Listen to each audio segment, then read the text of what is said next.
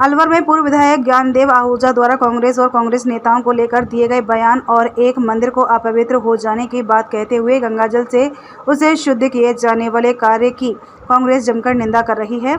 इसी मामले में राजस्थान मदरसा बोर्ड के चेयरमैन एमडी चौपदार ने झुंझुनू में पूर्व विधायक आहूजा और भाजपा पर निशाना साधा है। चौपदार ने कहा है कि भाजपा सिर्फ देश में जाति और धर्म का जहर घोल रही है। इसी का प्रमाण और उदाहरण अलवर में हुई घटना से है। उन्होंने कहा कि वे पूर्व विधायक आहूजा से पूछना चाहते हैं कि यदि एक दलित का बेटा मंदिर चला जाता है तो क्या मंदिर अपवित्र हो जाता है? भगवान श्री राम सिर्फ भाजपा के थे या सभी के हैं? उन्होंने कहा कि शर्म आती है कि ओछी मानसिकता का परिचय दे रही है। पूरा देश अब भाजपा की हकीकत जान गया है। सही समय आने पर इन्हें सबक सिखाया जाएगा।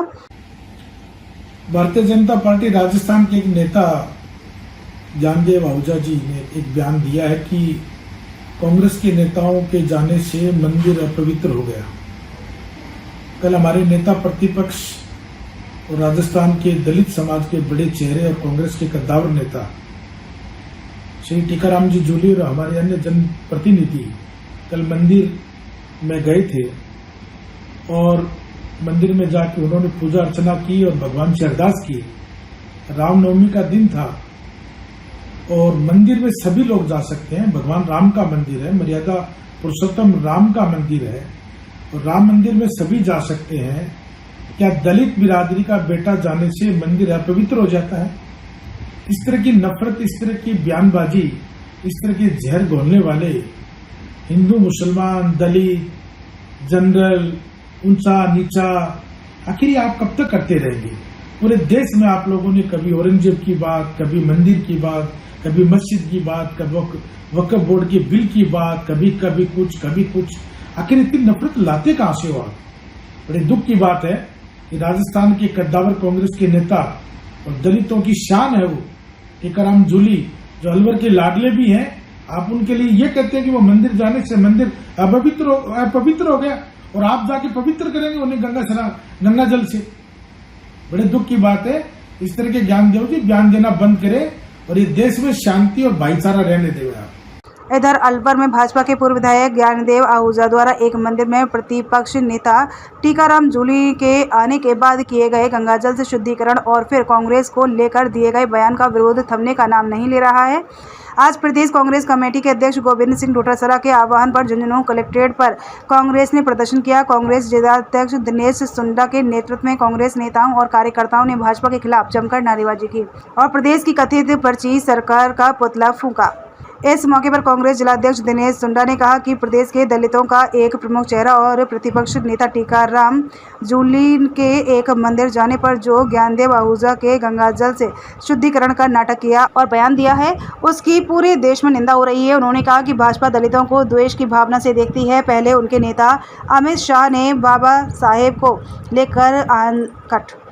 साहब के लेकर संसद में बयान दिया था। अब ज्ञानदेव आहूजा व प्रदेश की भाजपा दलित नेता टीकाराम जूली को नहीं बचा पा रही है, क्योंकि टीकाराम जूली बतौर प्रतिपक्ष नेता विधानसभा में 36 कौम की बात पूरे दमदार ढंग से उठा रहे हैं। उन्होंने कहा कि भाजपा प्रभु श्री राम के नाम पर ढोंग करती है। उन्हें यहाँ तक नहीं पता कि सामाजिक समानता का सबसे बड़ा उदाहरण भी प्रभु श्री राम ने सबरी के झूठे बेरखा कर दिया था। उन्होंने कहा कि आज ज्ञानदेव आहूजा को निष्कासित करने का भी भाजपा ढोंग कर रही है। भाजपा को चाहिए था कि ज्ञानदेव आहूजा का आजीवन पार्टी में आने के लिए प्रतिबंध लगाया जाता है, जबकि भाजपा ने विरोध को देखते हुए एक तरफ तो ज्ञानदेव आहूजा को निष्कासित करने की बात कही है, दूसरी तरफ 3 दिन में स्पष्टीकरण मांगा है। यह भाजपा की दोगली नीति का चाल व चरित्र है।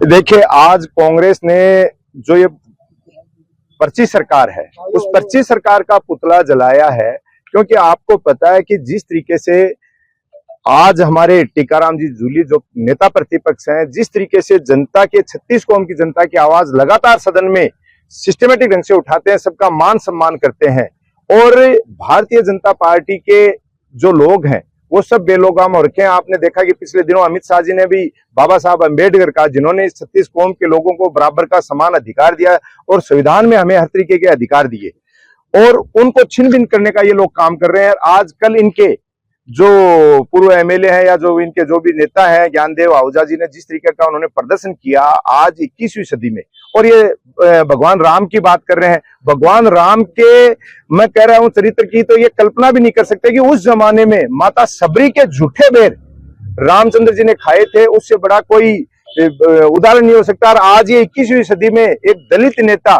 जो हरदम 36 कौम की जनता की भलाई के लिए पूरे राजस्थान में सक्रिय रहता है, सदन में लड़ाई लड़ता है, वो उस मंदिर में जाके आता है तो गंगा जल से स्नान का जिस तरीके से नाटक करते हैं, उस कड़ी में आज हम सभी झुंझुनू जिले के कांग्रेस कार्यकर्ताओं ने इस 25 सरकार का पुतला जलाया है। हम घोर विरोध करते हैं ऐसे लोगों का जो बाबा साहब द्वारा बनाए गए संविधान को छीन बीन करना चाहते हैं।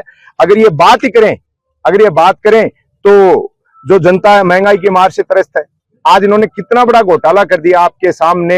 इसमें शेयर मार्केट के नाम पे 19 लाख करोड़ डूब गए, लेकिन लोगों का ध्यान भटकाने के लिए कि जनता केवल इन्हीं बातों में उलझ के रह जाए, इन्होंने देश को से आर्थिक गुलाम हो और हर परिस्थिति में इन्होंने देश की खराब स्थिति में लेके जा रहे हैं। सारे डबल इंजन की जो सरकार बताते हैं, तो उसी कड़ी में आज हम सब ने इनका पुतला जलाया, विरोध प्रदर्शित किया।